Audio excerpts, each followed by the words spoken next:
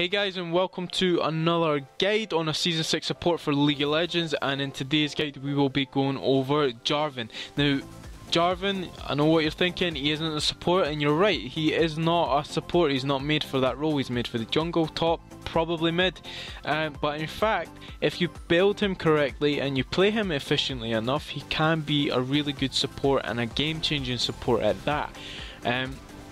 So let's take a look at Jarvan. His skills are as follows, or abilities. His passive is really good. It deals bonus physical damage on your next attack. It's all about the damage really. You want to get as much damage in there as possible because you're going to build tanky as a support. His Dragon Strike is his Q. You get hit with that, it lowers your armour. Perfect for the rest of your team to go in and clean them out with a reduced armour. Couldn't ask for anything else. What makes him the cream of the crop is his Golden Aegis shield. Basically it shields him for a percentage of champions around him, so the more champions around him, the better the shield. And that gives you great sustain in team fights, and it makes you really good in lane as you can bounce off those percentage for the enemy ADC and support. His Damascene standard is his E.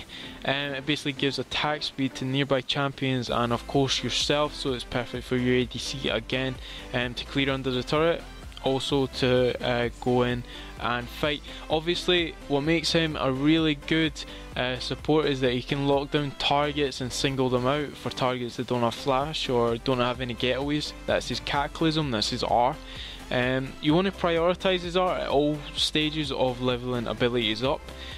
I like to start with E, so that helps out the jungler while he's clearing krugs. If he doesn't start bottom, I will start W for that shield, and then after that you get your E and then your Q, and then you prioritise your W, and of course on your E. More information will be about this below, so don't worry if you don't hear it the first time, you'll hear it the second time, which is right below, so you can take a note of everything that you need. So we'll take a look at his runes now. And what I like to do, I like to make him really tanky, as I said. So for your reds, you're going to need 9 mark of armour.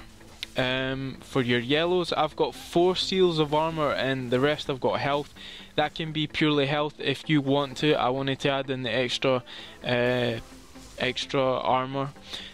For your blues, you've got flat magic resist, and for your Quints as well, you've got armour. So he's really tanky, and anything else on top of that is a total bonus, because you just want to be the tank. You want to get in, you want to miss a lot of things up, you want to, you know, be in the faces of the enemy team.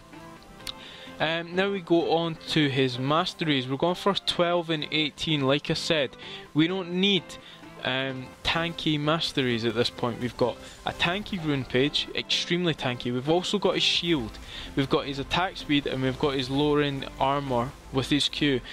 So it's really a case of locking up a target and sustaining in that circle with the target inside the Cataclysm.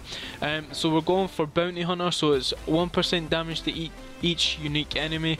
It doesn't make a big deal. I mean, if you do get a kill, it just means that you do extra damage to them later on.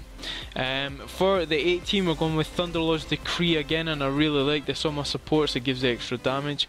You've also got Intelligence there for your 5% cooldown at the start, which is really beneficial, so you can get your shield up every so often. And that's basically Masteries. So the build is a little bit flexible.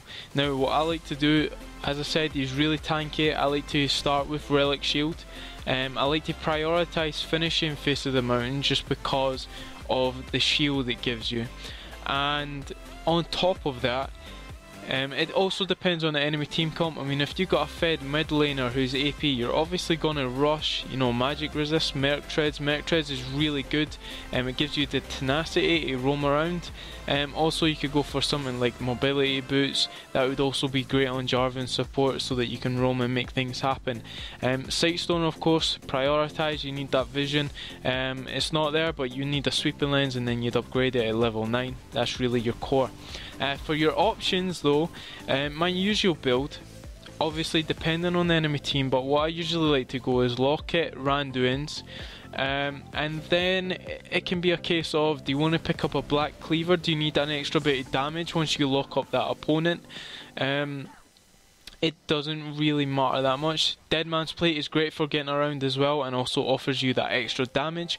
Ohmwrecker is for diving, so if you've got a really weak team comp and you need to be the actual tank, that's a great item to pick up so you don't take that initial turret burst. As I said before, if you need an answer to a split push, Jarvan can answer that. Titanic Hydra is there. Also, you have the black Cleaver as well. So he's a very flexible champion. Highly recommend him. I say you give it a try. I've been playing him recently and I love to play Jarvan support. It's very fun. It depends on your team. Obviously they might think you're trolling with a pick, but if you play it efficiently you shouldn't have a problem. So thank you for watching, guys. Hope this has encouraged you to play Jarvan support, and I'll see you in the next one.